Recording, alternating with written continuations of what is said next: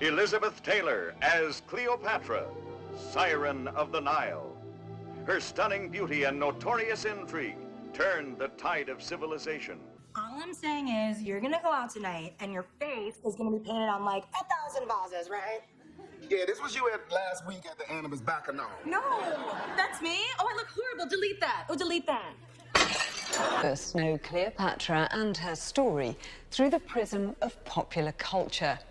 It's easy to forget that Cleopatra was a real woman who lived through some of the most important events in our history. Cleopatra is one of the great legends of history, with so much evidence we have of her being lost.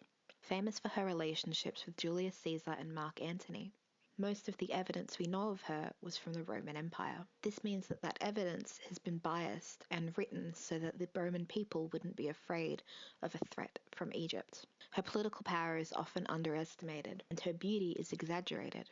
The beauty myth started with the Romans, who, to their dismay, found that two of their greatest leading men had fallen under her spell. Historians argue of her beauty, as Plutarch describes her as quite average-looking, but it was the words she spoke and the intelligence she has that made her so desirable. We learn a lot about Cleopatra's sexual activity from the Romans, and they have some explaining to do because Caesar should be a hero to them, and yet he quite clearly has this slightly seedy episode in his life when he's consulting with an enemy of Rome, although at the time she wasn't an enemy of Rome. The best way for them to explain this is that she seduces him away from everything that's proper. He's seduced away from Roman life, from Roman wives, from Roman motherhood, and into a very Eastern, loose way of behaving. You can put all the blame on Cleopatra. It makes him the innocent man who is tempted away by the woman. For nearly 2 millennia, mostly male authors have defined Cleopatra almost exclusively through her relationships with powerful men, rather than judging her on her own merit. What's often missed in the retelling of Cleopatra's story is her real skill as a leader and ruler. Her father had squandered a fortune bribing Rome not to invade, so when she came to the throne, Cleopatra found her country almost bankrupt.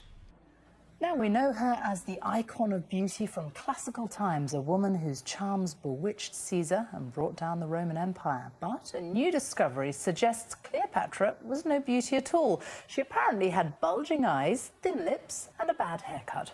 Because of so much evidence has been lost, we don't know of her family or her history. People argue of her ethnicity, of her appearance, and who she represents. The dominant culture does not see Cleopatra as black and does not accept Cleopatra as black. Why isn't there a countercharge against these people that's taking it from the context of Roman and Greek or whatever? Why don't they have the burden of proof to prove that she was white? Because they don't know either. Recent discovery of the remains of Cleopatra's sister has shown that she was mixed race with some African descent.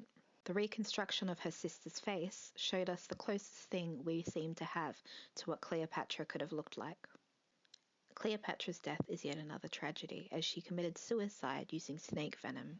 Again, this is something that varies from source to source as to whether she killed herself for her lost love or out of pride and pride for Egypt, so that her body could not be carried through Roman victory. Cleopatra spent her life fighting the Romans. Octavian's now won. Antony's dead. What choice is there left her? She could be taken alive, taken to Rome, paraded in triumph for all the Romans to see this Eastern queen there, captive. She's not prepared to let that happen.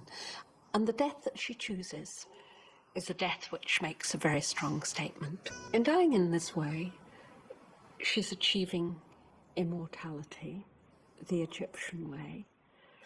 So it's not just the Romans that she's cheating. She's almost cheating death itself.